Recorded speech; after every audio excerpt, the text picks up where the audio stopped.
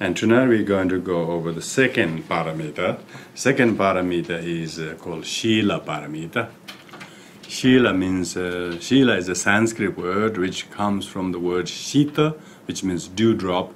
Labdha means attainment. So dewdrop attainment, which means cooling effect.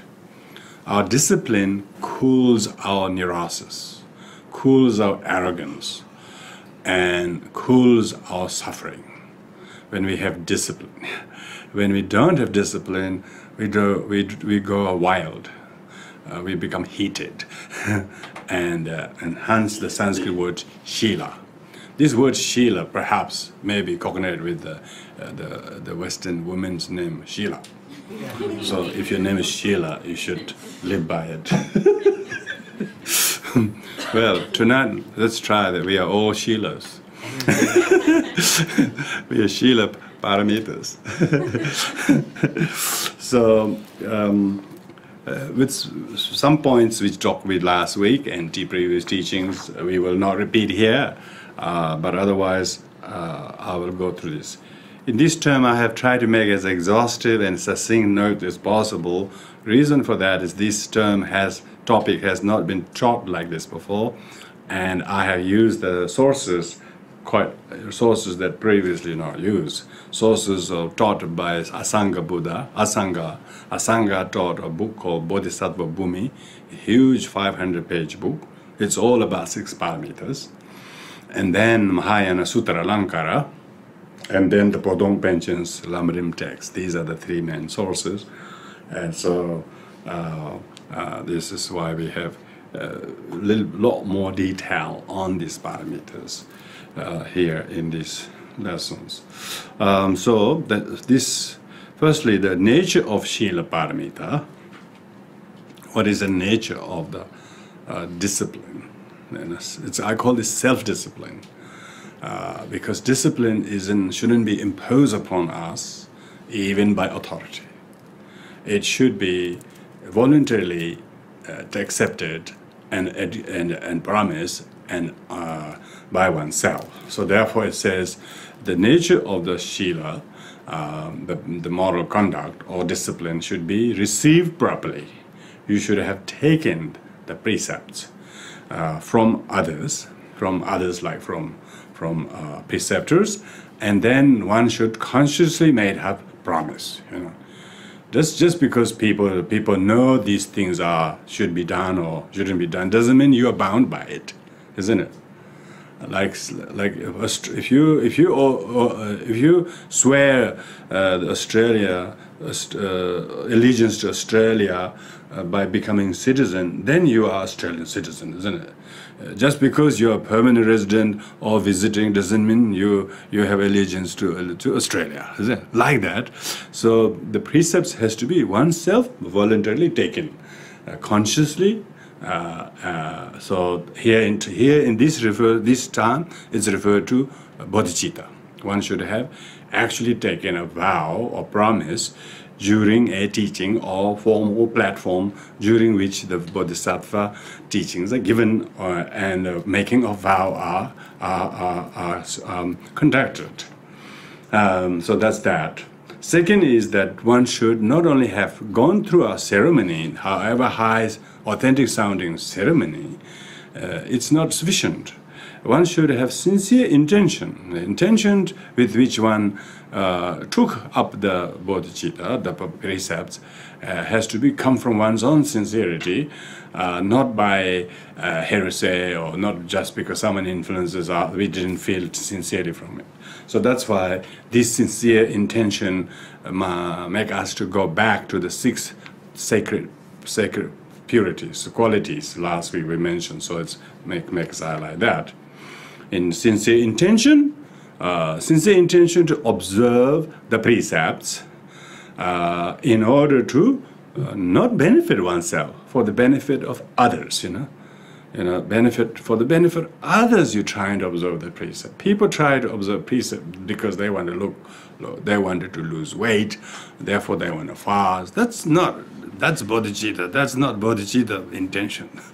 That's selfish citta intention. Very obvious.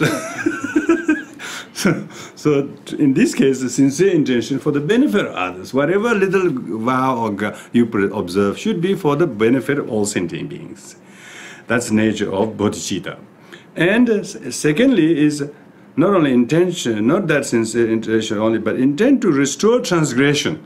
If you transgress some certain aspects of major or minor precepts, which means yes, it does occur to many people. It's not just few people. It almost occurs every day in mind. People begin angry, and which is against their precepts. For instance, they retaliate. They hit back, or these are against the precepts. For instance, if that did happen, one should restore them without delay. Preferably within 24 hours. Within 24 hours, you do meditation or prayer or confession. That's one transgression without delay. And how do you do that? By employing the 4 powers. These 4 powers are, first is power of reliance, means refuge. In Buddhism, you should take refuge in the Triple Gem. You should, if you have other practice, specific practice like bodhisattva or other specific practice of confession, you should use that, the power of reliance. Second is power of regret, that one needs to have deep, sincere regret, that one without delaying anymore, one is expression of deepest positive regret, not the negative regret called guilt and self-bashing and blaming others. If somebody transgress something, say, to the dislike of us, we just resent them day after day. If we do that, we have done just as much as transgression as theirs. So therefore, we should regret one's own adding too much problem into it. So regret. Third is power of resolution. Resolution is one has strong resolve to make a change, not to stay in that dark, resentful or regretful or negative blaming place. Or self-blaming place, but resolution. The teachings are so kind, so kind that even you break, they say you can restore it by resorting to this 6 principles. It doesn't say you will go to hell. That's it. You finish. Some people say that, but that's them. That's not teachings. Teachings don't say that. Buddha is unconditional, compassionate. People who kill 1,000 people, he still go and invite them to join the Sangha and give them complete unconditional pardon and accept them. That is the teachings. So that's why we have power of resolution. Resolution is very powerful, really have lots of faith. And the fourth one is power of restoration. Power of restoration is you feel totally restore your dignity and confidence and respectability, your own sense of respectability. Because they say there are 2 differences between ordinary and holy are just 2, The one makes mistakes and deny that it happened. That's the fool one, that's the ordinary one. Wise one makes mistake but admit they were. So wise is not one who doesn't make mistakes, one who admit the mistakes and resort to these 4 powers. And fool is the one who deny and who say he has nothing to do with it and then don't do any of this. So difference is not who makes mistake or not, who makes double mistakes. Double mistake is one who deny and don't resort to any of these four powers, So that's very important. And the fourth one is that's in case if you broke the vows, broke the precepts. Fourth one is exert devotion to prevent transgression. So it says, it gives provision what to do if you did transgress, but doesn't mean you should transgress because there's a provision to restore them. But if possible, try to prevent any transgression. So that's why we would go through the things. How do you learn to do that? So there are 5 causes of transgressions. Transgression does not happen because of that person. Transgression happens because of multitude of causes. You be kind to next time somebody transgress something. If you knew there are many causes, then you will not point them to one cause. It's very powerfully forgiving. What are the 5 causes? First is ignorant of self-discipline. First is the ignorant, that is his precepts. You know, people don't know that is their precept. They sort of went through a ceremony, but they don't know anything. They will never explain what are the precepts they took, or what they were doing. They never explain. So how would they know? So ignorance of discipline, ignorance of self-discipline. So people ignorant they were breaking law, they're usually pardoned. But if they know, they knowingly did it, then it's heavier karma, isn't it? Yeah. So even in the, it's quite civilly, it's very, very understood. You know, if someone, you know, it's just whole case of this Blade Runner in South Africa case. It's all about whether it is he did it intentionally or not. You see, there's no doubt he killed her. That's not the question. Question is whether he knowingly killed her or whether he thought it was somebody else. That is dispute. So that's the issue. So whether he is ignorant that it was her, but he at least knew it was somebody else. So the fact that he could kill anybody is pretty bad. Pretty bad, isn't it? So first is that. First is ignorant of the self-discipline. Second is the disrespectfulness. Because people know the vow or precept, but they disregard. Yeah, they disregard. Sometimes blatantly disregard. Yeah. Third one is not because they didn't know about it or disregarded. They just were careless. Yeah. Sometimes just careless, isn't it? Just absent-mindedness. Yeah. Absent-mindedness. And it's amazing. When somebody made a mistake, if you realize they were careless, you could pardon them. Oh, sorry, I really wasn't meant to do it, but it just happened because I wasn't thinking. It's like forgetting your key. You don't deliver, do you? You just a little bit of, you know, carelessness. And the fourth one is due to excessive afflictions. You were very angry about an issue, you were envy about an issue, or you were very passionate about an issue, and then people didn't realize the grip of the affliction may make them to take measures far more than it warrants. Yeah, so that's why they say, don't bring an axe to catch a lice. Tibetan saying, you know, means Tibetans catch the lice a lot. Maybe they killed him too. Some of them don't. They catch the lice and put them a little piece of wool and then put some oil in the wool and then let them enjoy the oil in the wool, which they think is hair. So they live there. So if somebody brings an axe without anger to kill a lice, it's an excessive affliction. Yeah. And the fifth cause is bad companion. Yeah, some people they listen to some friends so much, and they're swayed by them. They don't realize what they are joining or agreeing to do with them is all against their own precepts, because they were influenced by someone. You know, they didn't realize. They thought it was quite okay. When he's leading this, it must be right. You know, without realizing the intention and activities that they're engaging is against their own bodhicitta, against their own kindness and compassion. So remember, there are 5 causes of transgression. This will give us a lot of what you call understanding of human mistakes. And then we become a little bit, a lot more kinder and caring than those who have made mistakes, rather than being too righteous and judgmental. And because people have to mind their own karma anyway, so the consequences will be experienced by them, whether we did A or B or C, because karma is quite comprehensively taken care of by itself. You know, nobody needs to do anything to make someone ripen their karma. They say, oh, I must pay for it, we have to do it. Don't realize we doing it will have also karma as well. So these 5 causes of the transgressions are very important. A bodhisattva knows these things. Therefore, if somebody did a mistake, bodhisattva knows, oh, he might be ignorant about the whole thing. He might be under the influence of some pressure, stress of life. So therefore, it's due to excessive pain and suffering and stress in life, he just didn't know what he was doing, and he just things swayed him.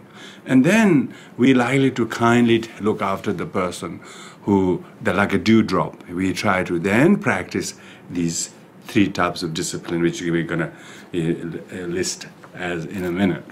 So, providing that someone does know all the 5 causes of transgressions, and therefore do not transgress, and do not do anything wrong, but mostly observe precept by the book, say. Okay? These people who do that have 7 pitfalls, 7 attachments. The 7 attachment is firstly attached to lack of discipline.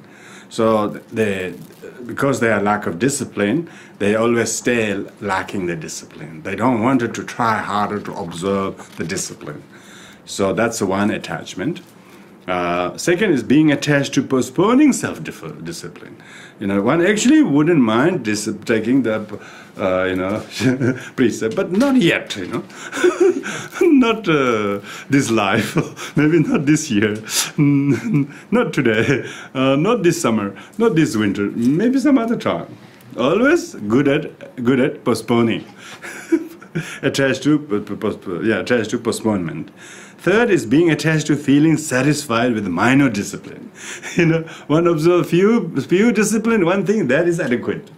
And almost put a ceiling, it's good enough, I do this, and, this is, so therefore, do not actually go to practice Shila Paramita. Shila Paramita is open-ended. It's not a limited Paramita. Paramita is transcending limitations. It is not saying from now until sunrise tomorrow. No, not until today, until 5 years time. Not like that. Time-wise, that's why we talked on the first night that time is infinite until essence of enlightenment reach. Purpose is for all sentient beings. So therefore, one cannot do by limiting oneself. People do. That's what because we haven't got Shila Paramita. We have some Shila, but not Paramita Shila. We may observe some precepts that others don't have. We may do them well, unlike somebody, but still that doesn't mean there's Paramita. Paramita is very high.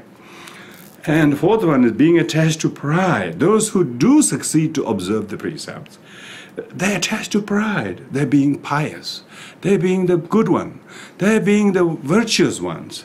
Being attached to pride and likes the respect they attract. And honor, they are doing it because they attract respect and honor in this life. If they attach to that, that's not Paramita. That's not Shila Paramita. That's the word pseudo-morality. That's pseudo-morality. Remember that. Pseudo means it is not the authentic one. Artificial, basically artificial. Just a deceptive, as if they are far better. How do you know their morality is pseudo? Jitsun Dragpa Gyaltsen says, those whose morality is artificial, their own morality is hypocritical. The other people's morality becomes cause of contempt and envy. Those people who don't observe morality, they look down upon them and they banish them and they reject them as they're not pure enough to be part of us. So easy to see whose practice of morality is authentic or artificial. Paramita, 6 Paramita, Shila Paramita has to be free of such pride and respect, honor. Highest form of morality is humility. Even if one abstain this, abstain that, one do many things, but if there's no humility, it destroys everything what one does. So that's why the attachment to pride, respect and honor in this life, if a person is doing for that purpose, what they call reputation, some people might suffer accusations beyond what they did, but they will not take it too seriously and retaliate to defend themselves as they got a name that's so clean it should be washed. They will not go into that because they realize it is danger of becoming prideful Paramita, or saying, no, I've done nothing wrong, I'm clean as a something, I will defend myself at all costs. That kind of thing is a prideful Para, very prideful, isn't it? So one has to actually accept all one's mistakes. Even if people blame more than one did, one should accept, because that is part of not being attached to pride. Yeah, it's very important. Fifth one is being attached to rewards in future lives. In future lives, some are practicing very hard so that they will gain some benefit in the future. Now this is a hard one. Most people will have that. They will have better rebirth in the future. Most people are always for future. They're always investing in the future. So it's difficult, isn't it? Difficult, this one. Sixth one is being attached to immoral conduct. So that means if one is immoral, then one just is so attached and addicted to that, and as a result of that, one could not take up any of the discipline, self-restraint, or all the three types that's going to be listed. One just simply is not fit to practice. One is attached to that. That's what most people are in that category. They're too attached to their little comforts. They say, I like the wine, the taste of wine. They just like the drinking so much. So they don't want to give up. So everybody's guilty of attachment to something that they, as a result, being attached to that. The last one is being attached to distraction, to lower vehicle and conceptual grasping. Now this is the hardest one. Being attached to distraction, maybe I should deal with the last one. Conceptual grasping. Conceptual grasping means if you practice morality, if you try very hard, years, months, 10, 15 people say, I practice this 20 years or something like that. And then they get really attached to the number of years they practice. Yeah. And then they just think that the thing they practice is so much. It needs some kind of compliment, recognition. Or they become attached to who they are, who did that. They're attached. It's I am the one who did all of this. So they become attached to the subject to the person. The three conceptual grasping. Conceptual graspings are three. One is the subjective grasping, one is objective grasping, one is activity grasping. Subject is like oneself. I'm so moral. I live by the book all these years. And then one is grasping to the I who is so special. And the second is the activity is what one did, what one did all these years, observe what, maybe always walked bare feet and never did this, or never saved money, or never asked for wages, or whatever they did. They just always rely on people's generosity. They never ask anything. Even if they did that, they think that's amazing type of it. They get attached to what they did, So they're conceptual grasping to the activity, and then the third is the very morality of that, morality of doing all the above. So therefore they attach to these three: subject, object, and activity. Sometimes the three spheres is called subject, object, and activity.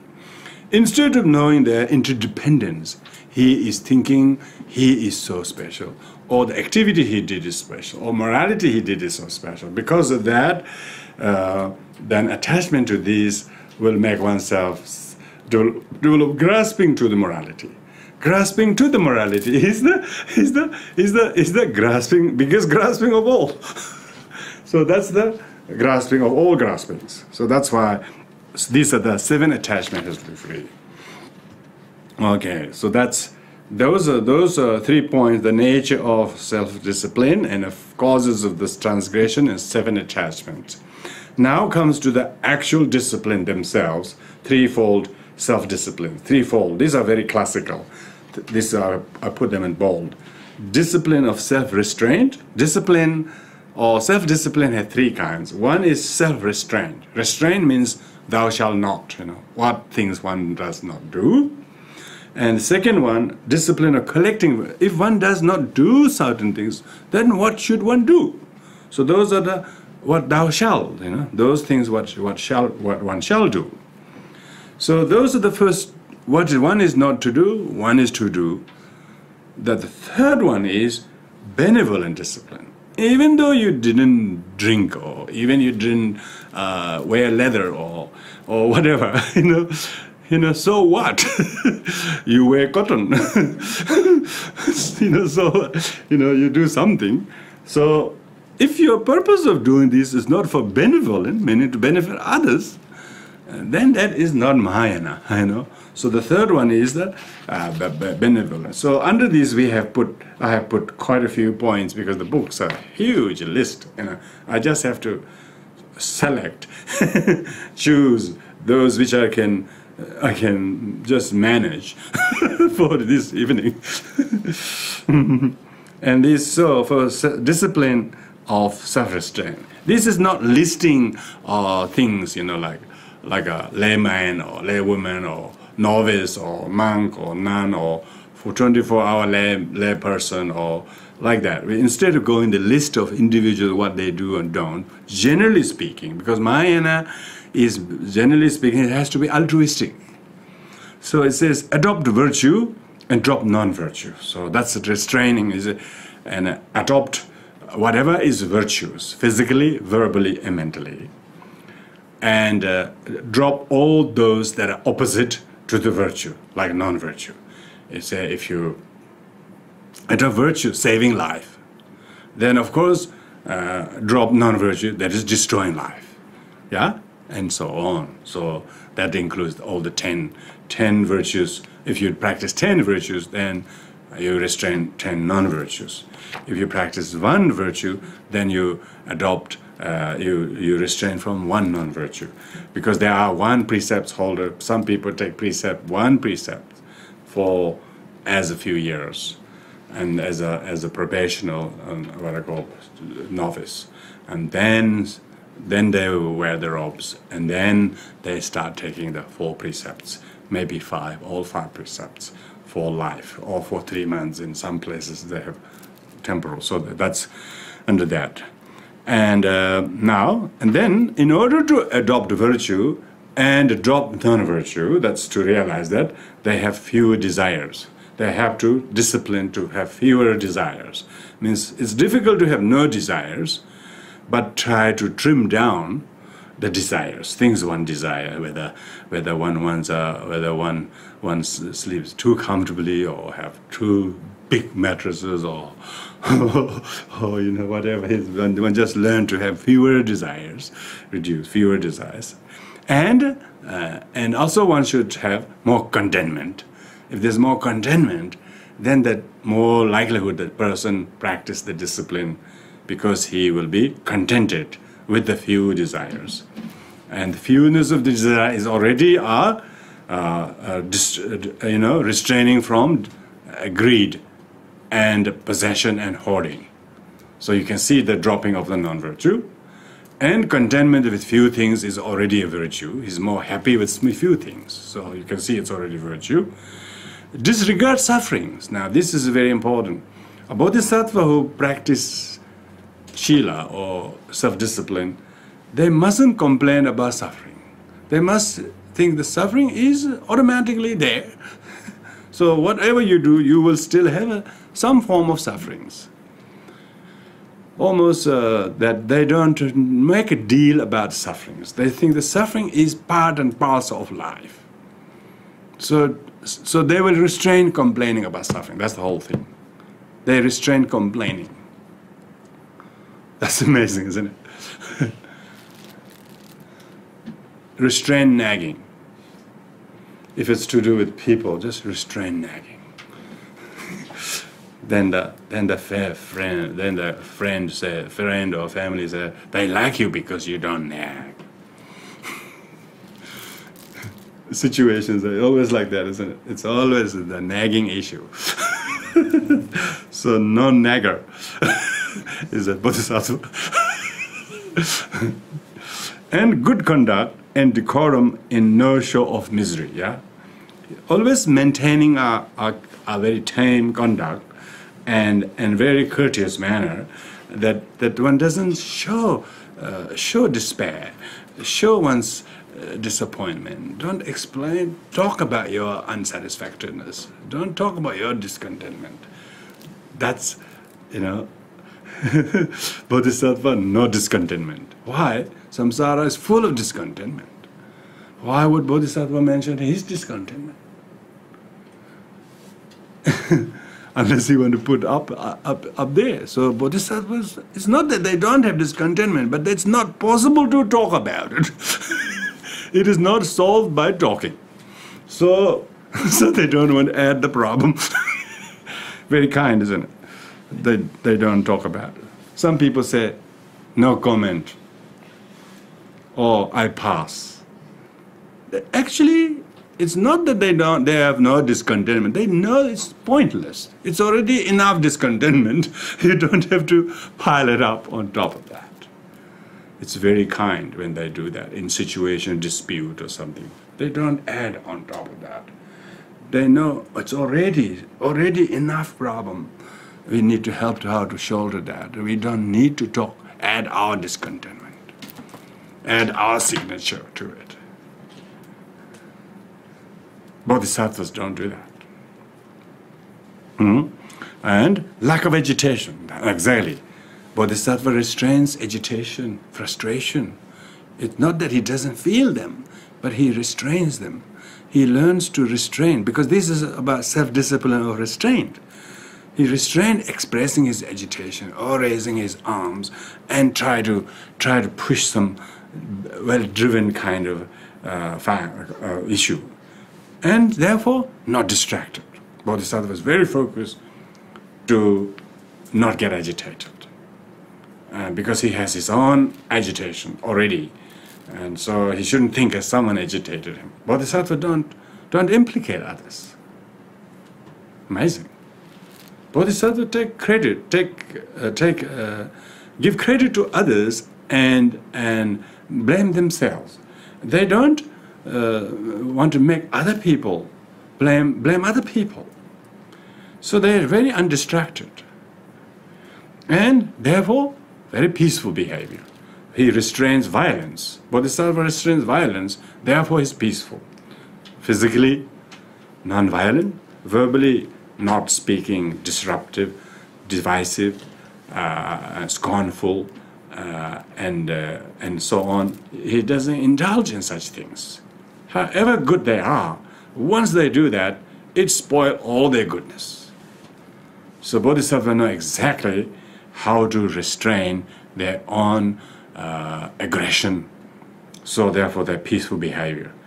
Lack dishonesty and avoid wrong livelihood. So the Bodhisattvas therefore are very honest in terms of what their own mistakes are, and they don't try to implicate that. They will accept their mistakes. And they will therefore try to avoid wrong livelihood. It means they will not hoard, they will not greedily try to acquire things in a kind of inappropriate manner. If Bodhisattva get anything, it's to give to others. But if the Bodhisattva get to keep and to greedily and then engage in all kinds of materialistic kind of affairs, then it's a wrong livelihood. Bodhisattva must not engage in such materialistic transactions. Not revisiting past desires. Bodhisattva has already restrained and renounced many things in the past. Otherwise, they wouldn't be where they are. Yeah? So they will make sure they will not revisit. Revisit meaning they will not repeat the past desires. Say if they gave up smoking, for instance, or drinking, or whatever, and they will honor that and not go and take up for whatever reasons.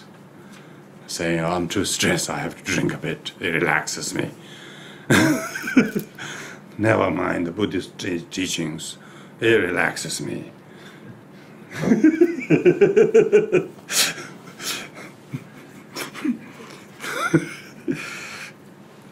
And bodhisattva, lack of craving for future. They don't practice morality for the sake of craving for the future. They do it to restrain the very habit or conduct that is inappropriate, that is harmful for that very purpose. They're not doing it to have reward and compliment and gratitude from others. They're not thinking about that. And that's not their mind, you know. They're not attached to that. Not attached to present circumstances.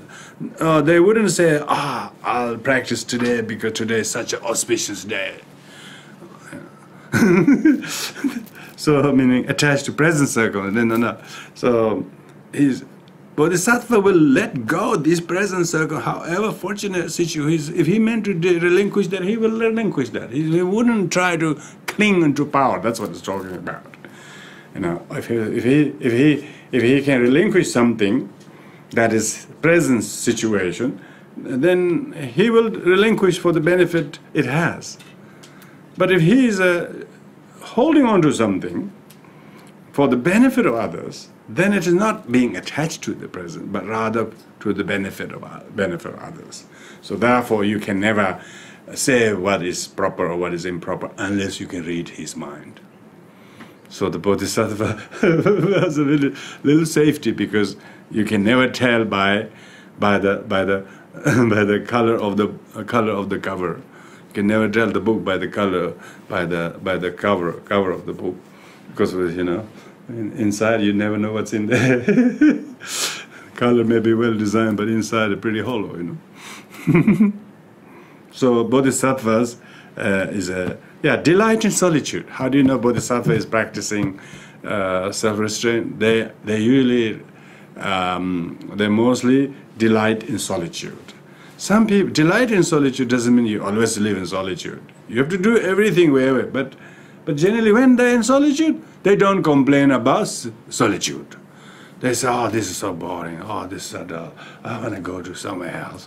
Bodhisattva is quite contented in solitude and simplicity, because they're restraining their desire. So the solitude is their cause of contentment.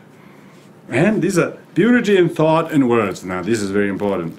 Bodhisattva in solitude is delighting because he has no craving in his thoughts.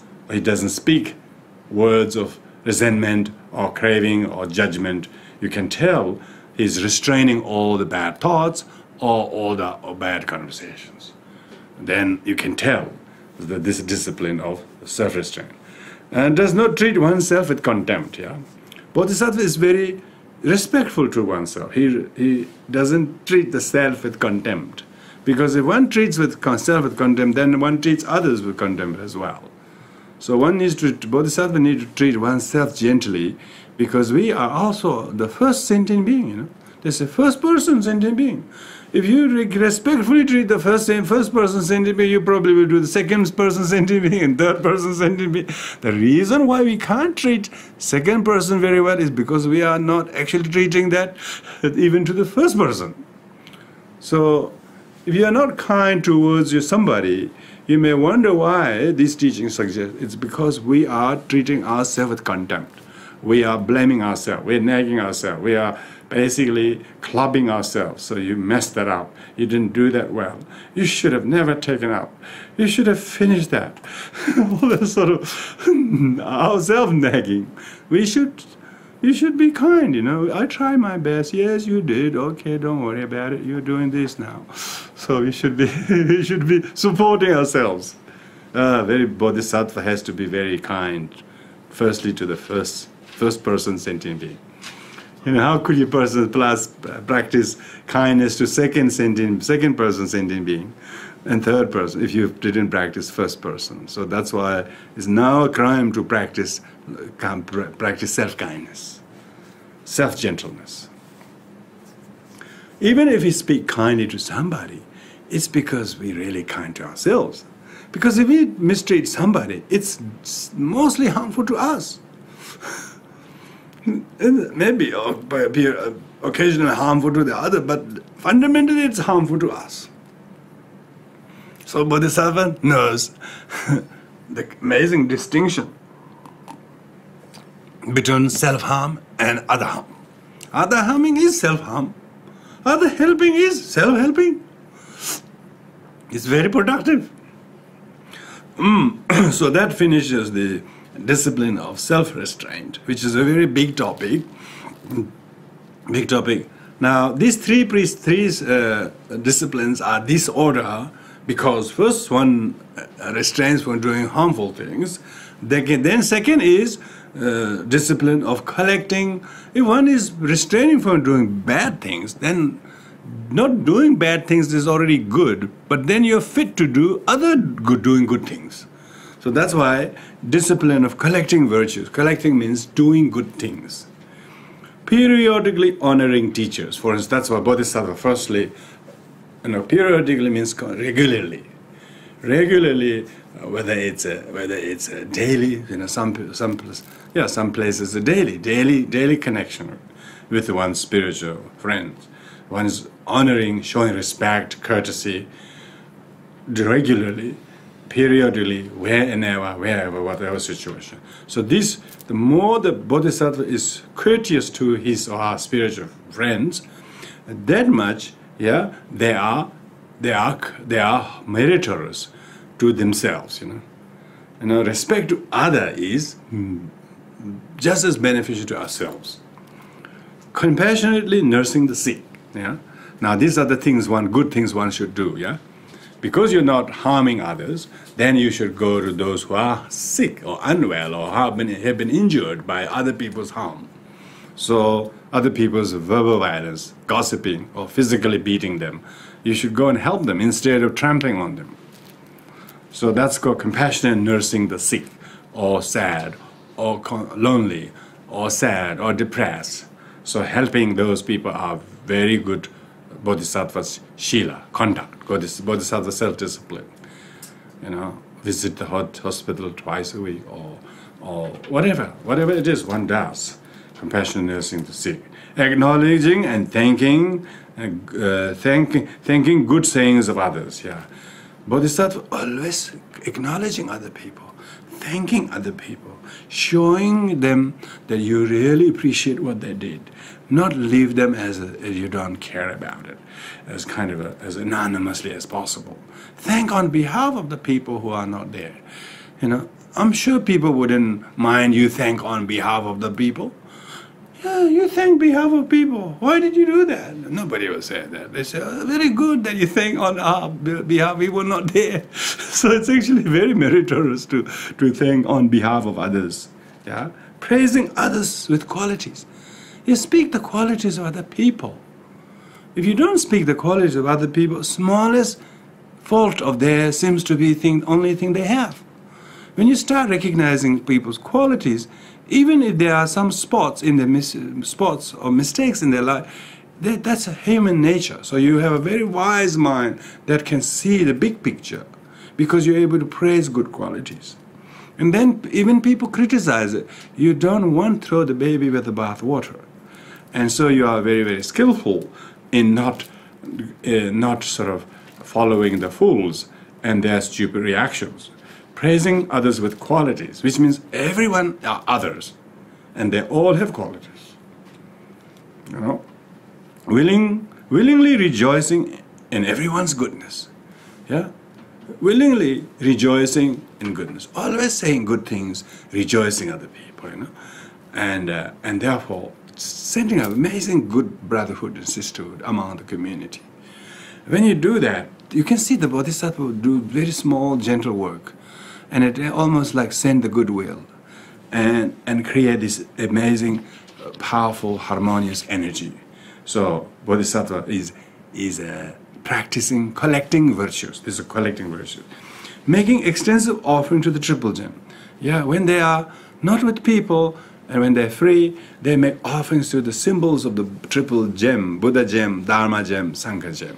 Like Buddha gem is Buddha images, Dharma is the Holy Scriptures, Sangha is the Bodhisattvas and Arhats, their photos, their pictures, clean them, put them nicely, rearrange them, put the water and flowers, other things as beautiful possible, because it's really, really pleasant for people to have someone has taken that time to do it. It delights them. It also is an offering to them as well.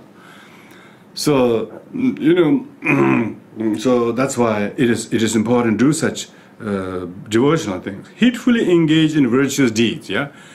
Mindfully doing virtuous deeds.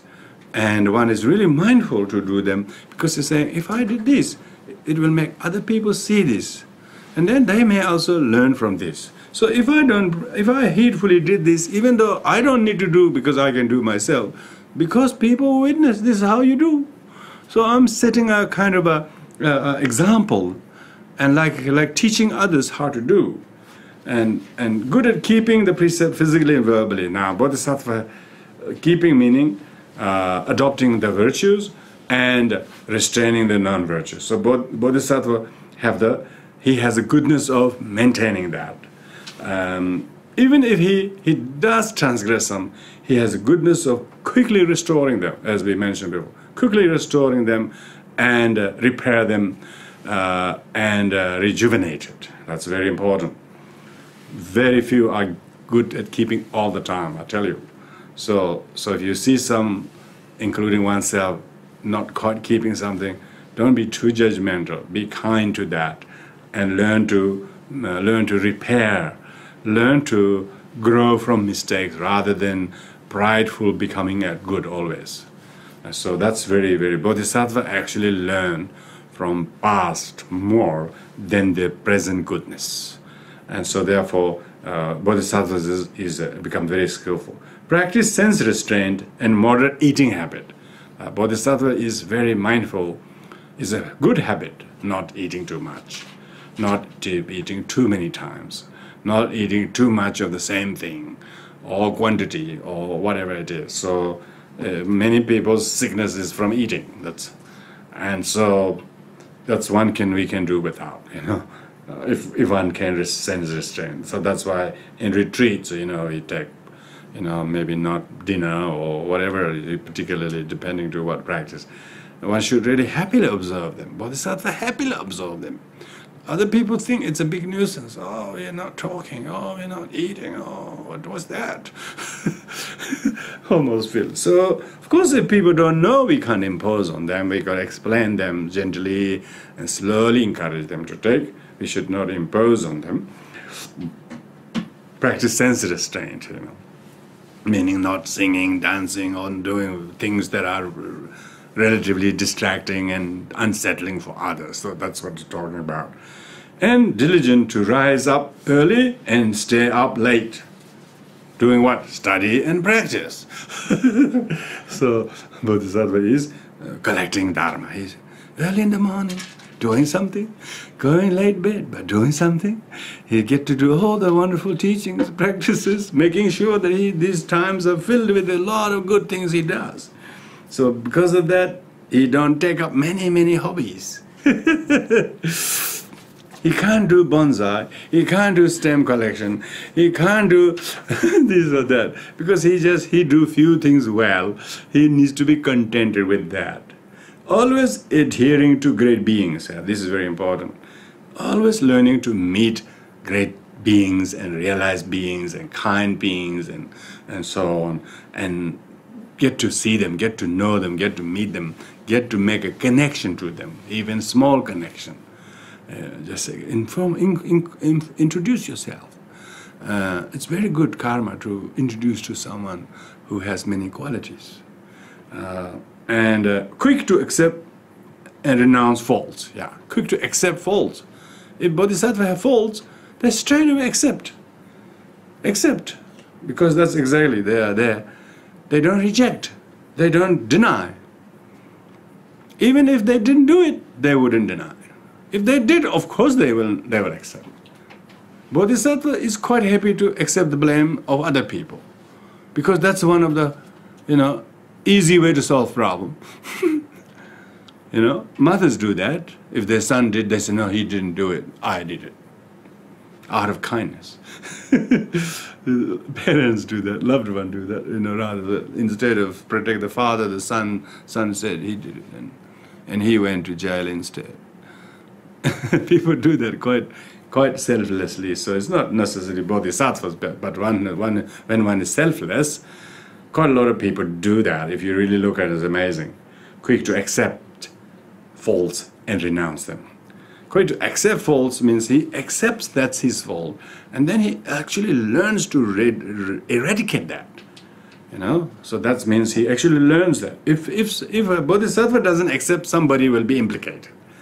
Then the implicator and implied person problem will be lingering for a long time. Bodhisattva accept, then the problem is solved. Lots of bodhisattvas do that, They deliberately go and wear the blame. Because it is said you should do that. You accept all the blames and give all the credit to others. This is the practicing of Dharma, and particularly altruism. And good at offering confession to the Buddhas and Bodhisattvas. This is what we're talking, power of reliance. Bodhisattvas have mistakes, but the Bodhisattvas don't become intolerant to their mistake. They say, I'm Bodhisattva, how come I'm soiled by this mistake? What's wrong with me? Oh, I'm a bad example, and then bash themselves. Bodhisattvas don't do that. As soon as they have mistakes, even they don't have mistakes, they still offer confession to the Triple Gem on behalf of others who don't know this. Even when they do that, they still include others. So therefore, Bodhisattvas always honoring Buddhas, confessing in front of Buddhas, and therefore offering confessions on behalf of the deceased, on behalf of the sick, on behalf of others. They always confess. Even if nobody asks, they still confess on behalf of others, to make it easier, karmically speaking. Good at acquiring, guarding, and promoting virtues. The Bodhisattva is good at acquiring, means getting new teachings or new understandings, and then guarding them, like sadhana or practice. You're good at getting them, and then you guard them. Say, I got that, since then I have kept it. Instead of dropping that and interest in something and dropping that and then pick one, not like that, actually keeping them. And promoting virtues, promoting the very seed that one has. So these are very succinct. The first is all what you should abandon or restrain. This is all what one should practice. I sometimes call prohibitive morality. The first one is prohibitive morality. Second one is encouraging morality. It's encouraging to do the good, and prohibiting what is harmful, promoting it. And then 17, devoted and impeccable conduct towards teachers.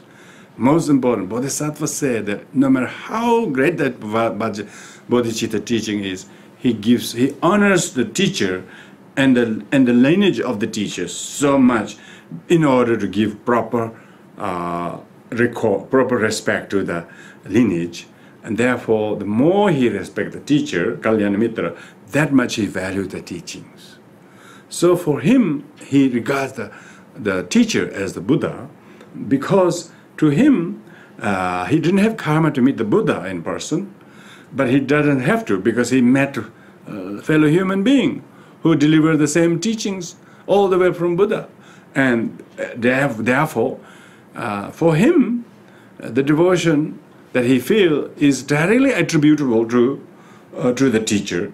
And because of that, they are gentle, respectful, courteous, and meaning to conduct, impeccable conduct towards, physically, verbally, mentally, and they try to collect means adopt these wholesome practices.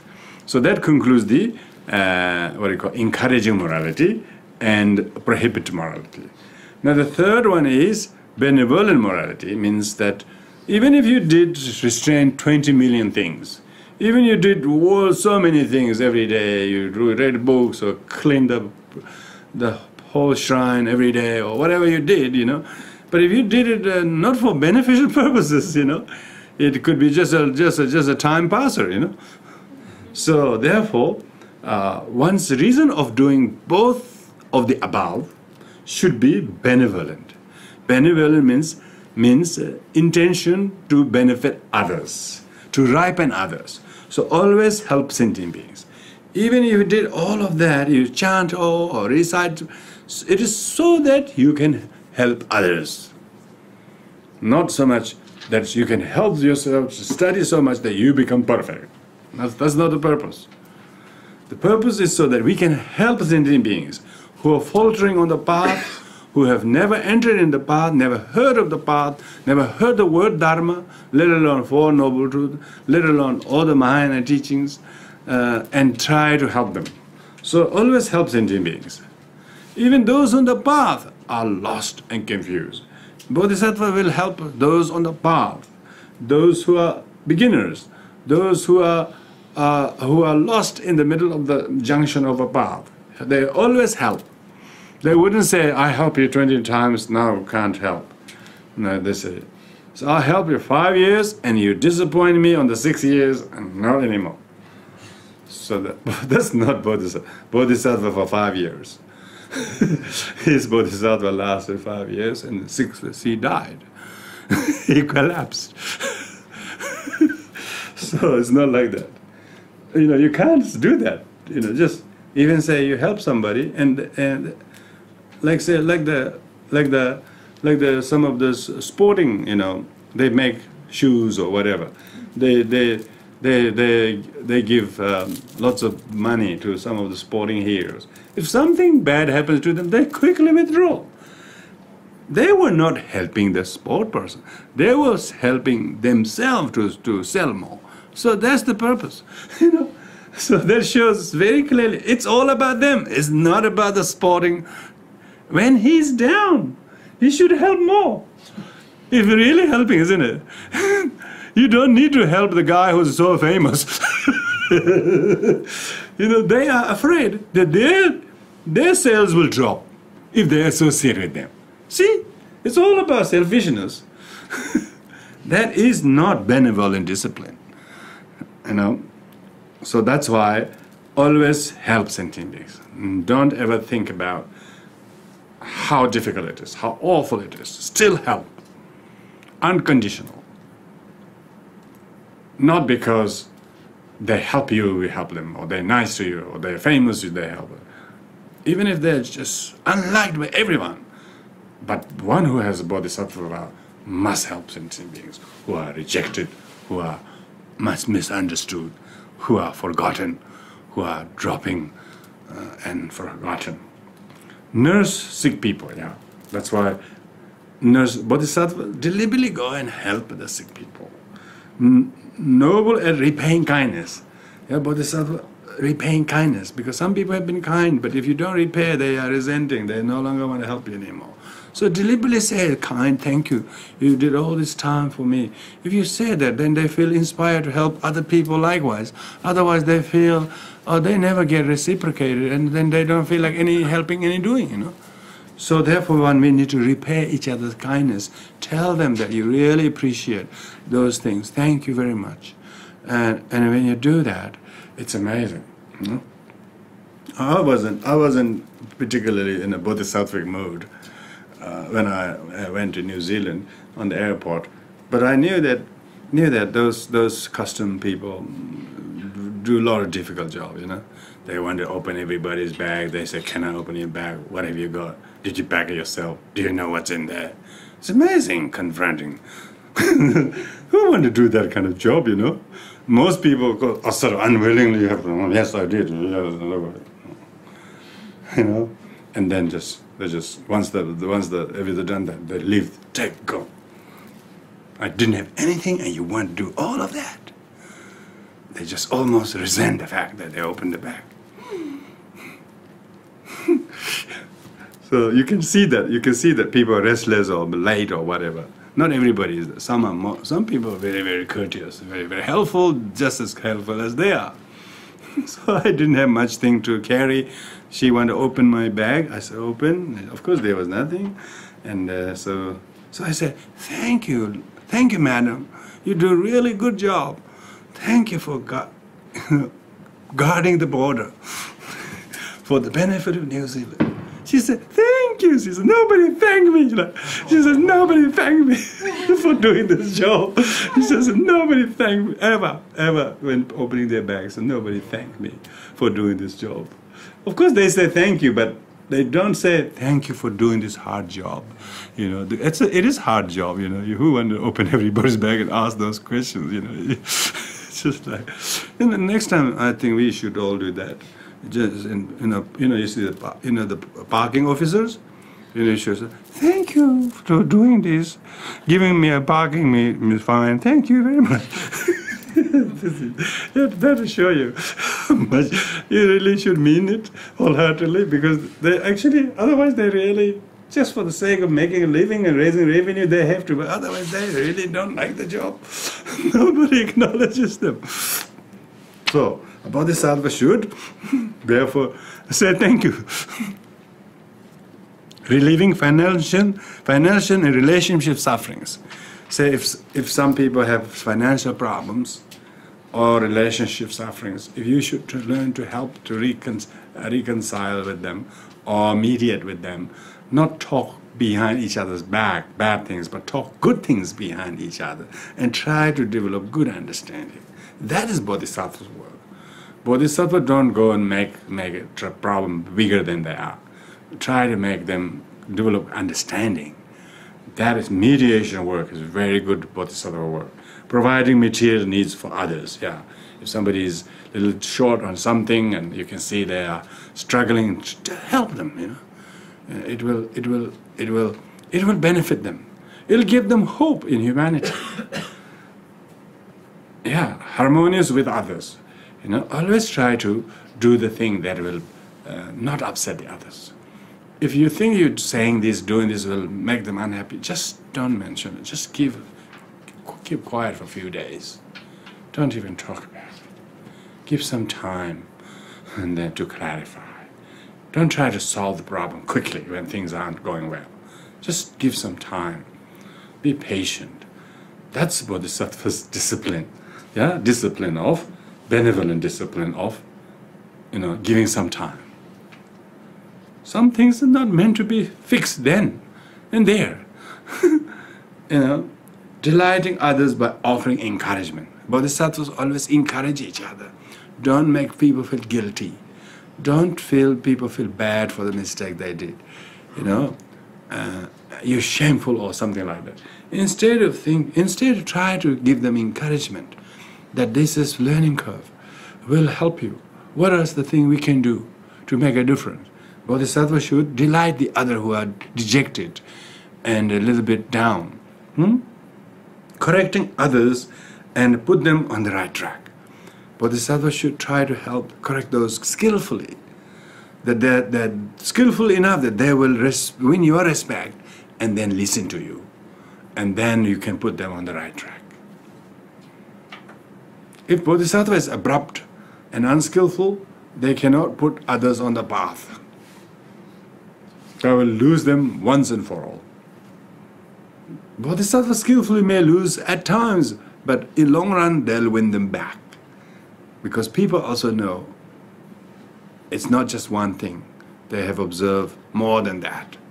And then the Bodhisattva will be able to tame people, able to chastise others with benevolent outcome. Yeah? Some people criticize, but no good outcome. Yeah? Other people, like Bodhisattvas, chastise out of kindness. With the intention is to help them, not to put them wrong or highlight their mistakes or punish them. Bodhisattva's intent is to help them, and therefore some people's criticism benefits you. Other people's criticism didn't benefit anything. It just developed resentment. So the intent is so important. All of these directly, indirectly help us to become more present with our intention. I'm going to do this, I'm not going to do this. But what's my intention? Because bodhicitta must be present to be Shila Paramita. And able to subdue and change others. Yeah. Some people can only criticize you, put you down, and reject you. That's all they do. But Bodhisattva, able to subdue and change others. Subdue means maybe a little bit, whatever it is to change, subdue the others so that they're not unruly or they're not that violent or not that negative or You know, like AA is, I think, a form of bodhisattva work, you know. Try to subdue those drunkards, subdue those people who are smoking too much.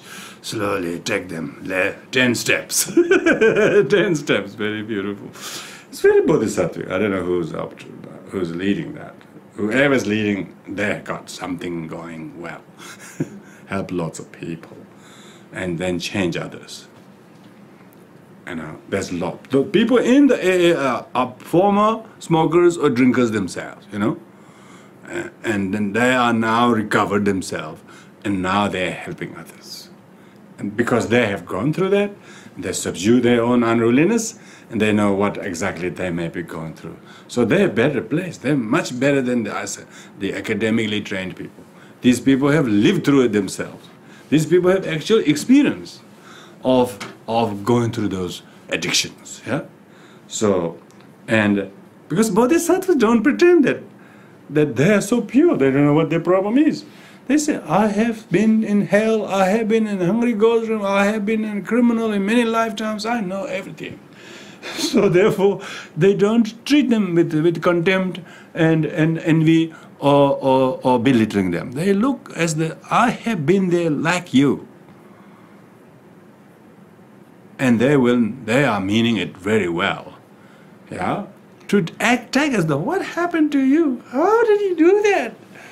Oh, so shameful. Bodhisattvas don't do that. Bodhisattvas support them. That is the nature of how one grow and become able to change, able to subdue and change others, unaffected by bad companions. This is very important because some people are very good. But as soon as they're influenced by bad people, they become bad. And they didn't know that was going to happen. Bodhisattvas are unaffected by the bad companion. Let them be critical, let them be negative. But I'm not going to make it worse. You know, so you have good reason to differ there with altruism. So you don't get swayed by hearsay. You're unaffected by bad companions. Because once treat them with compassion, but not let their negativities ruin our compassion or rob our loving kindness. They're unaffected by bad companions. Most people are easily influenced by bad companions. It's hard to keep up with good companions, they're happy to drop. With bad companions, they're happy to pick, as they're going to fix the whole world.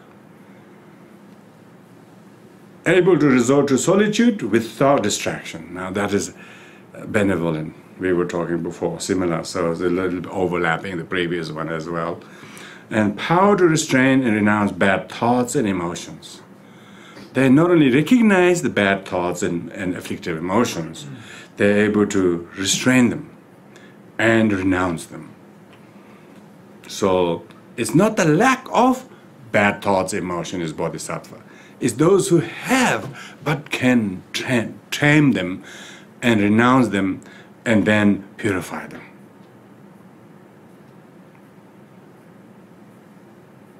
When people ask His Holiness Dalai Lama, they say, do you ever get angry?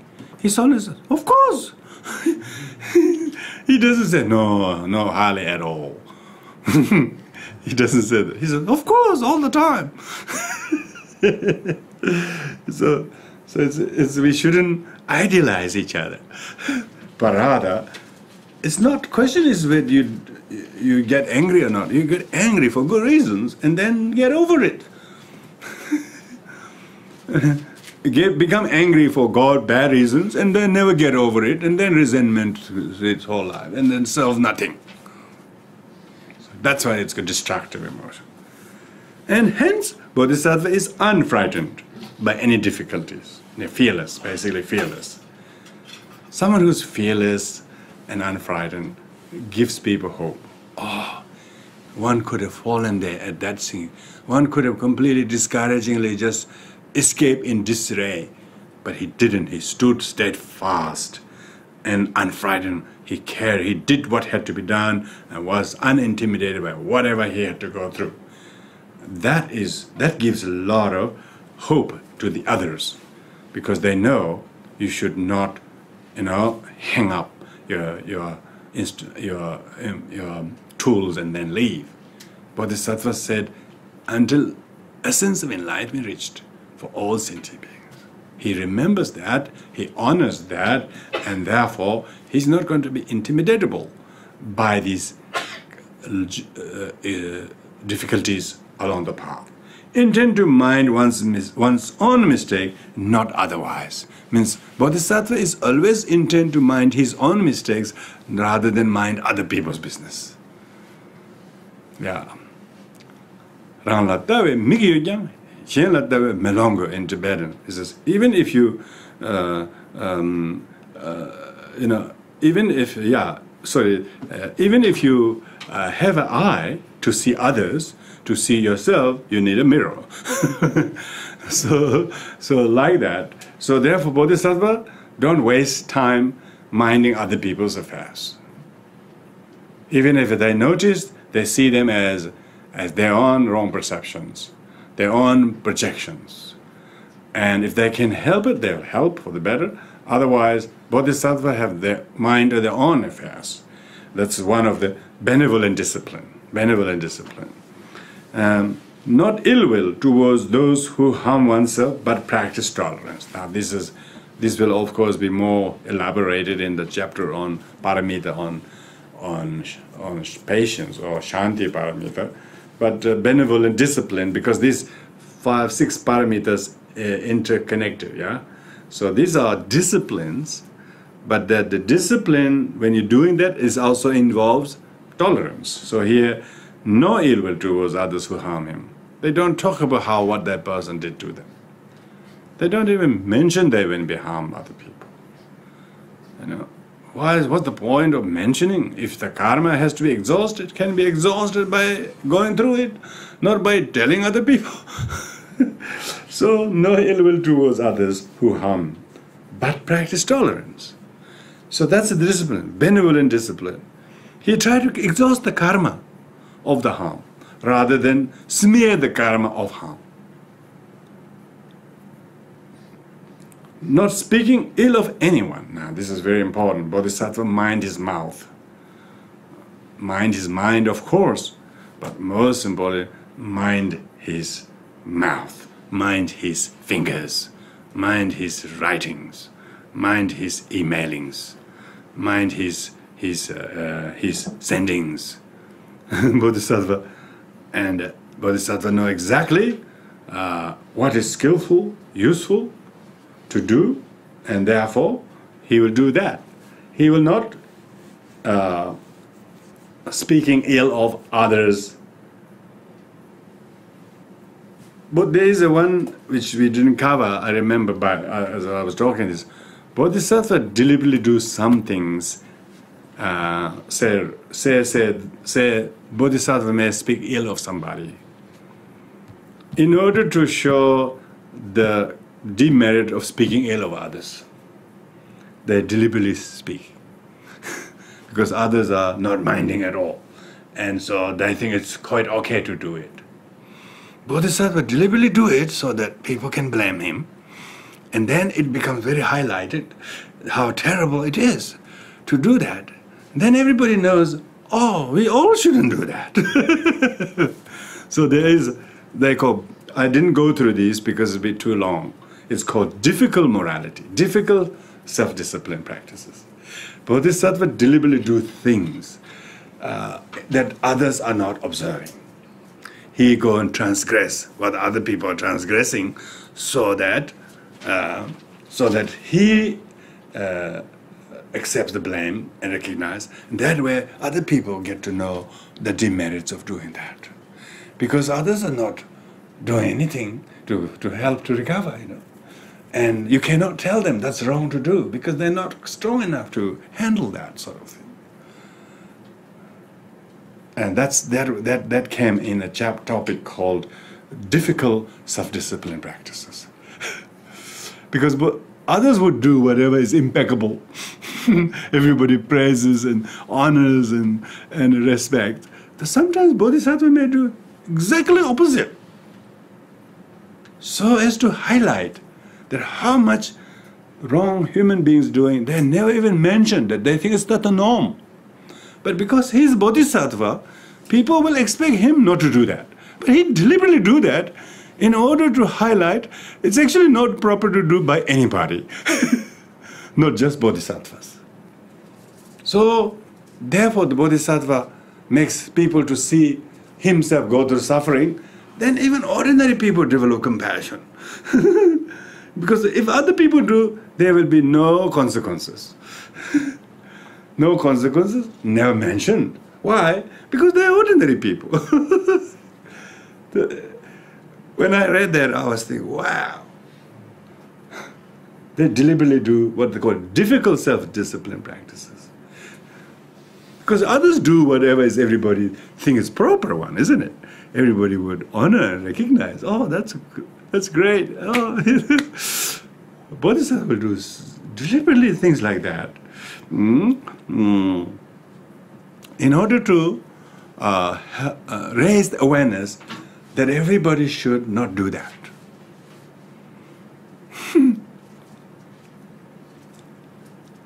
Can you get it?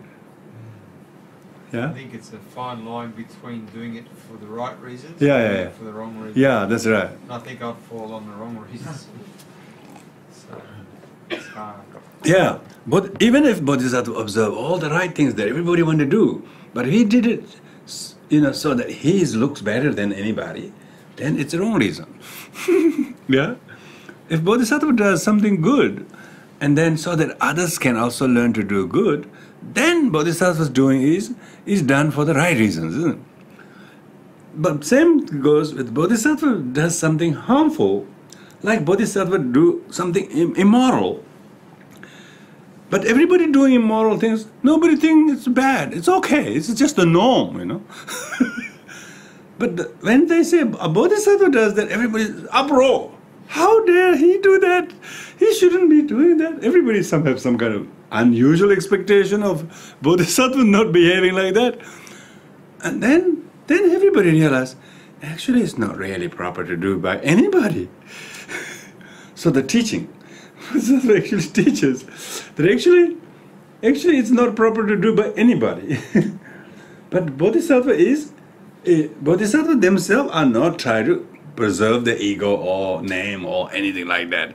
Try to teach people. Because they themselves may be transcended ego. Don't mind the criticism, don't mind the humiliation, don't mind the demoralization. They don't mind that. Why? Because the intent wasn't to preserve ego. If intent was to preserve ego, they exactly know what not to do. So therefore they realize, when a bodhisattva is done something harmful or improper, everybody talks about it. And then everybody thinks it's terrible to do by that bodhisattva. And then they also slowly come to realize it's actually terrible to do by anybody. When we think he can't do it, can we do it? Then the bodhisattva is disseminating, indirectly telling people not to do that. Because bodhisattva, they say in Tibetan, the dog should not copy human being if they want to hit their back. They warm their bottom, Human beings warm their bottom after the first call. They go like this, and then they go and they show their bottom towards the fire, But dogs can't do that because they have tail,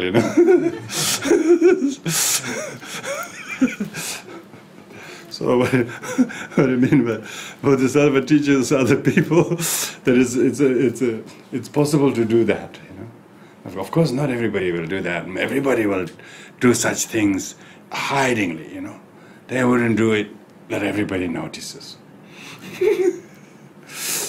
And they think it's terrible to do. Bodhisattvas who do it just to show.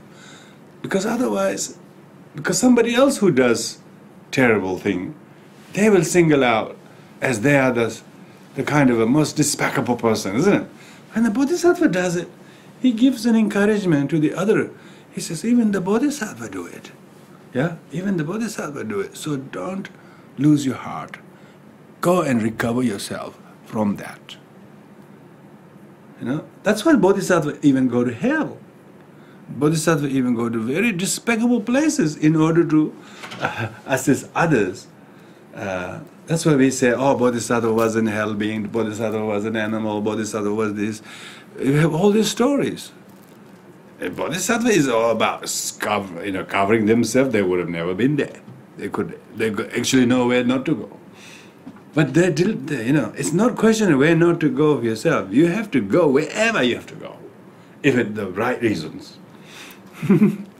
I heard a bodhisattva could be a fish. Fish? Yeah. Yeah. Bodhisattva fish, bodhisattva goose. Oh, there are lots of bodhisattva. Some animals have many attributes, but whether they are intended bodhisattva or not, we cannot tell unless we are bodhisattvas. So it's difficult to know, how realized they are. But the general story of the past lives of Buddha suggests that there are bodhisattvas who have assumed the role of life of an animal, or life of maybe as a butcher, life of all kinds of despicable professions for a while, but bringing people into the Dharma. Quite a lot of the Mahasiddhas of India, crazy wisdom biographies are all full of that. Very, very controversial at the time, but when you look at the overall effect of the person or that Siddha's activities, it has actually brought more to the Dharma than, and ripen them in the Dharma. Because bodhisattvas don't want to think that someone who does despicable acts are only them. Bodhisattva want to say, even the bodhisattvas will do it. Bodhisattvas will do it to give them company.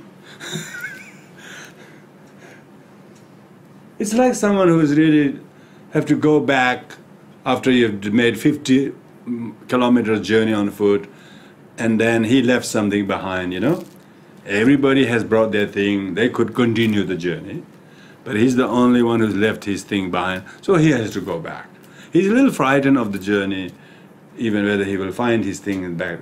And one of the person accompanied him, as he also forgot something. He didn't forget anything. You see, that's what it is, going with the right reasons. Even though he's got his passport, everybody with passport leaving. The one who has forgotten passport going back.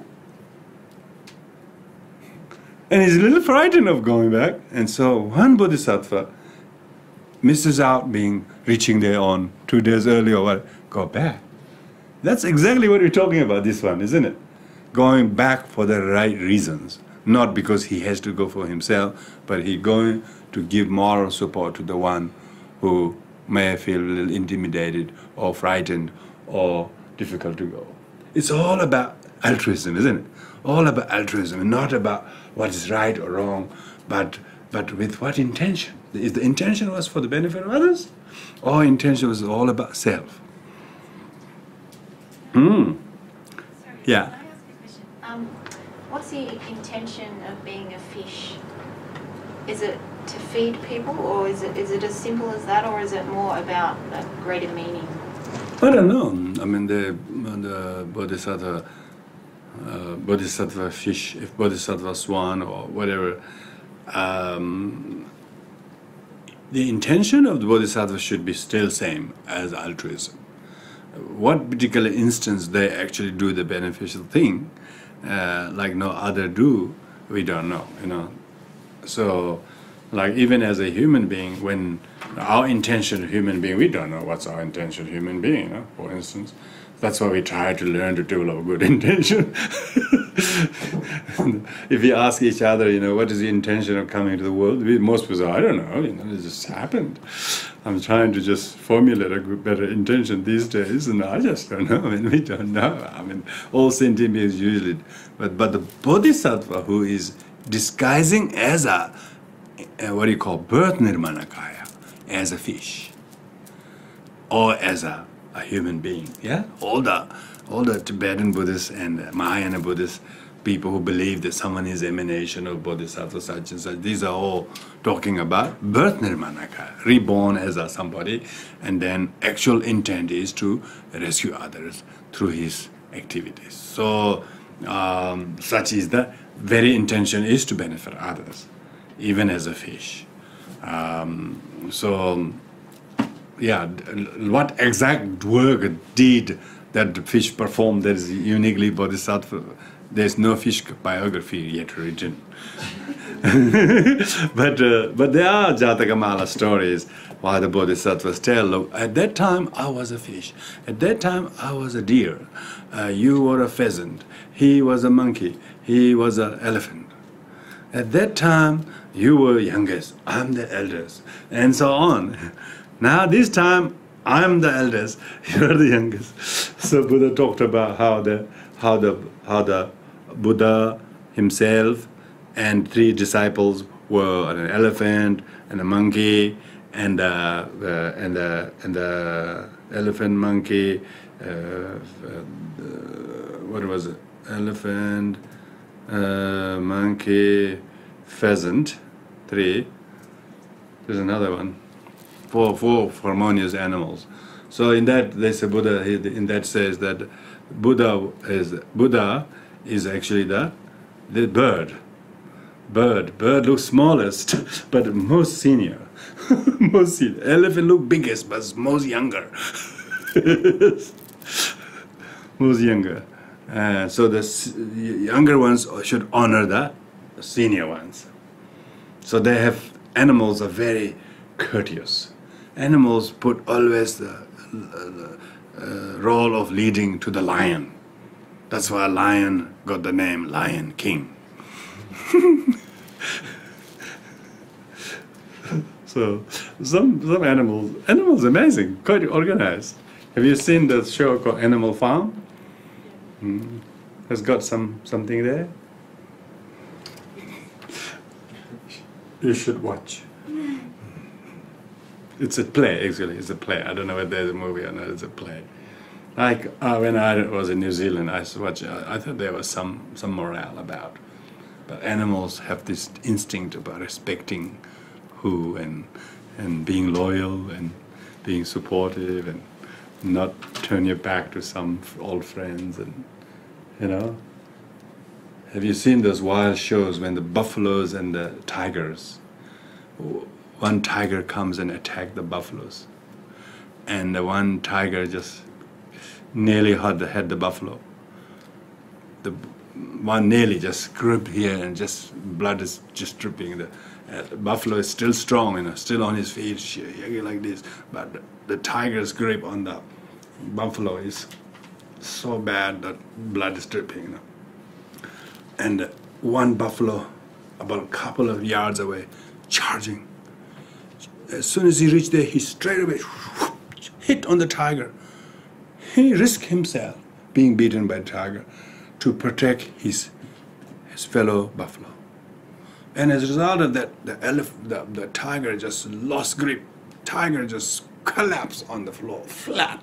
The hit was so hard, and that he managed to rescue his friend.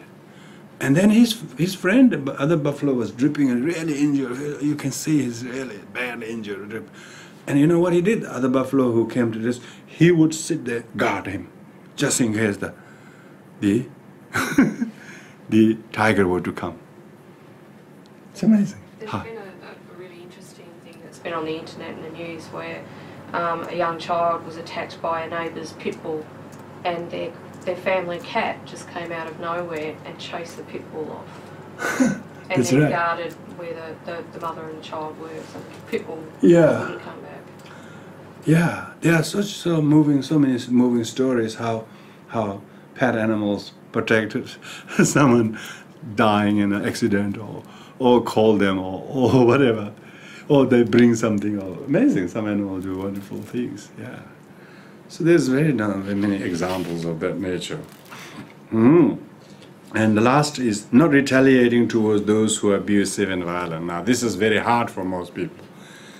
But bodhisattvas don't retaliate because they know that it's mutually destructive. You rather give up your space. You rather give up what you have just to make the attacker happy and just do that. And no benefit in being violent and retaliate to them. Now that's, you have to really realize, what we call, when you practice tolerance, they talk about 3 levels of tolerance, so that will be covered then. So last point is the benefit of self-discipline.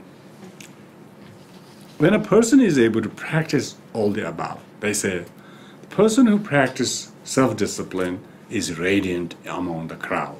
Radiant means shines. They are positive. They're not discouraged by human failure. They still give hope to those people who are fallen. They do not become discourageable or demoralized by human failure. They use human failure as a reason why one has to learn to adopt self-restraint. And because people don't have self-restraint, therefore human beings make mistakes. If somebody does make mistake, it's an excellent opportunity to highlight the importance of self-restraint. So therefore, the benefit of self-discipline is it actually raises the awareness of oneself and others how to restrain harmful things, and not as a favor or religious obligation, but a duty. But duty of a educated or well-groomed person. It's a proper thing to do. And benefit of self-discipline is it creates an order and kind of respectability, and also it shows the beginners or the people who are struggling. They have to aim to do like them. That's the proper way of doing things. Discipline gives an objective for those who are undisciplined. Yeah, discipline also gives people that they have to learn and start at some point in time. They are never perfect right from there when they're born. Discipline teaches stage by stage, and discipline also, person who has discipline does not complain other people's lack of discipline. Why? It's their discipline not to. And therefore you have fewer and fewer complaints among the practiced discipline practitioners. Those who have discipline mind their own business. So they will not smear problems. They will not smear campaign somebody else's mistake. Because they got on their own share of mistake, why bother talk about other people's mistake? If they can correct their own mistake, they should be singing. Why they should be crying about other people's mistakes when they have their own share of mistake? So discipline actually stops people being mutually harmful and mutually beneficial. It makes people to be mutually beneficial, and therefore it implants hope in the mind of humanity. Discipline is the foundation of good meditation. Discipline is foundation of all happiness. Discipline is foundation of all faith. Discipline is hope of the majority. Discipline creates an example for others who are faltering or struggling to aim to become like that. Yeah? Discipline also teaches that not everybody is on the same level. So we should always treat everybody start somewhere whenever that is proper to them. And therefore we should tailor, and therefore everybody must find a point at one point to start. There's a disciplined one becomes the leader. Disciplined one becomes the most beautifier of the crowd. Disciplined one becomes the most tolerant in the crowd. Disciplined one forgives the harmers more quickly than the undisciplined ones. So therefore, the one who is disciplined actually practices the very teachings that is hard for most people, because they are learning to adopt one step at a time, and sooner or later they will cover all ground. They may not be perfect, because if they are who need to be disciplined, cannot be perfect anyway. Perfect ones doesn't need to be disciplined, isn't it? So don't think you should be, or others should be perfect if they have to have discipline. If they're perfect, they are perfectly enlightened ones. They don't need discipline. So don't be shocked and disappointed if people who have discipline are faltering. The reason that they have discipline is they're not perfect. And hence, don't be jealous of those who are more disciplined than you. Don't look down upon those who have no discipline. Don't be competitive with those who are equal footing as ourselves. So respect those who have more discipline than us, and look after those who have less discipline than us. And rejoice and teach, share each other those on an equal footing.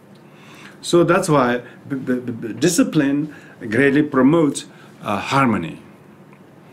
And one who is observing the discipline does not stir the problem to make it worse, because they have to mind their own discipline, and they're not into the business of stirring and airing other people's laundry, because they rather use to mind their own business, and they say the disciplined one do not fear criticism, because others' criticism becomes form of advice, and disciplined one needs that kind of minder always, even himself. But he can't do all himself. So other people's criticism is received well. The one whose discipline is artificial will react and wouldn't tolerate criticism.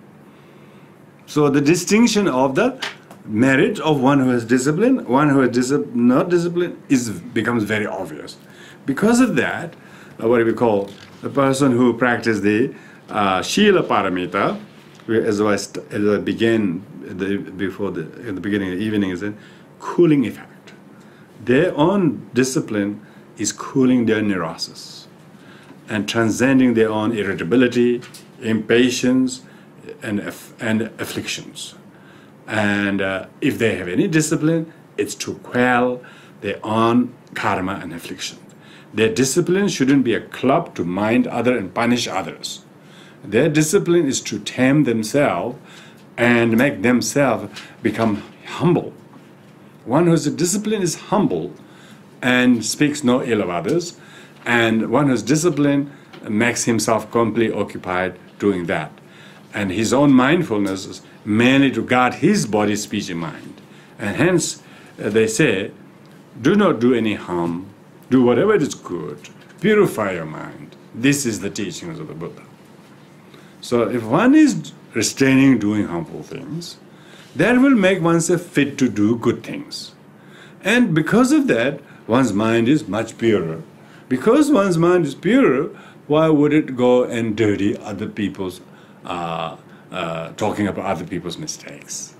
Because that does not help anyone, because they have their own responsibility to mind their own karma and dharma. And therefore, they say the people's habits come and go, and one will not think that is the only story about the person. Because of that, they will not be discouraged and discontent with some people's some people faltering on the path. They will not be discouraged by them. That's their karma. They have still afflictions. It'll take a while for people to go through before they can shake it off entirely. And so everybody has their own baggage of karma that ripens on the journey of the path. And therefore, the one who has a discipline has this most kind to the majority, respect to the senior, and mutual friendship to the equals, and no envy and jealousy to those who are performing better than oneself. He himself, his greatest virtue is humility. And humility doesn't make himself to become arrogant. And so the whole idea of Shila is to cool the heat of ego or pride. And no matter how many things one observes, one renounces, if there's no humility, it's artificial humility. Artificial morality, so to speak. Artificial pseudo-morality, that is worldly morality. So since this is meditation on the Shila Paramita, Mahayana, Paramitas, Shila. If a person practices the Shila properly, they attain the second bhumi. Until you achieve second bhumi, your morality is not perfect. So that's why people are still in samsara. If one is still in samsara, they can't be perfectly pure morally. Because if they are, why they are still tainted by karma and affliction in samsara? Unless they are bodhisattva in disguise, we were talking about, then they must still be, because Buddha is perfectly enlightened one. Buddha never returns to the world saying, I'm Shakyamuni Buddha's incarnation. I just miss you all guys so much that I came back. Shakyamuni Buddha, no such thing, no such thing of Shakyamuni Buddha's incarnation, because it's perfectly enlightened one. The perfectly enlightened one is one who has perfect morality. That's why when you see the even smallest qualities of Buddha, they say got enormous merit and benefit to people. How many images of people from thousands of years have been kept and honored and revered, not as much as that of Buddhas. Most people couldn't even tolerate any symbol. So this very, very image of the Buddha being restored, they say, just by looking at the Buddha's holy body is embodiment of morality. He's perfectly evenly spaced and shaped 40 teeth. And he's evenly long 10 fingers. Not all are short and like these ours are all over the place. Look at that. Buddha's fingers are all even, and they're all webbed fingers. There are some symbols. There are many physical features of the Buddha because he has perfected morality. Like say he received alms from people. He never let a single grain go wasted. He received them with great humility, gratitude, and dedication. So therefore his fingers are webbed, because he wouldn't let anything to go wasted, symbolizing like that. So with this we will conclude here on this very important topic. So what you should do is try to interpenetrate the Shila with dana. So when we talk about dana paramita, when you start giving things, giving has a morality of these things, then there is a morality of giving and giving of morality. You'll see both. Then a person who's practicing morality is already giving. He doesn't have to be teaching. He doesn't have to distributing money, because they're preserving morality itself is giving. They're giving whole life to honor the precepts. So therefore that's why Buddha said the monks and the ordained people should not be benefactors of monetary. Reason for that is, if they are living by the precept, they are already giving. They are giving their life. They're giving their commitment. These are much higher offerings than material value. So therefore, they should not worry about financially making a difference to the world. When the world has already many people who can do that, but very few who can actually offer dharma, and therefore they say ordained sangha should be seen as a constantly practicing giving. In fact, they live by those precepts. They don't do that just because they want to or break a world record or anything like that. They do it because it is an offering. It is way of honoring Buddha. It is way of honoring the Dharma, way of honoring the Sangha. And that inspires the whole Sangha. And that is a wonderful giving. So that is why the morality is the cause for attaining second bhumi. So with this, we'll conclude here. And a very important way to understand, particularly when you integrate these with the other paramitas like tolerance. We talk of morality of tolerance. Then it becomes more and more useful to integrate. So here we will conclude with the dedication of merits on page 11 and 12. By the merit of this, may we attain the stage of omniscience and defeat the evil enemies of defilements. May I liberate all saintly beings from the samsara origin and travel away with all their sickness and death. By listening to the excellent and precious Mahayana teaching, whatever boundless merit I've acquired, may all sentient beings become precious and stainless vessels to retain the excellent and precious Mahayana teaching. May the supreme and precious bodhisattva take birth yet had not done so. Where it is reborn, may it increase abundantly without desire.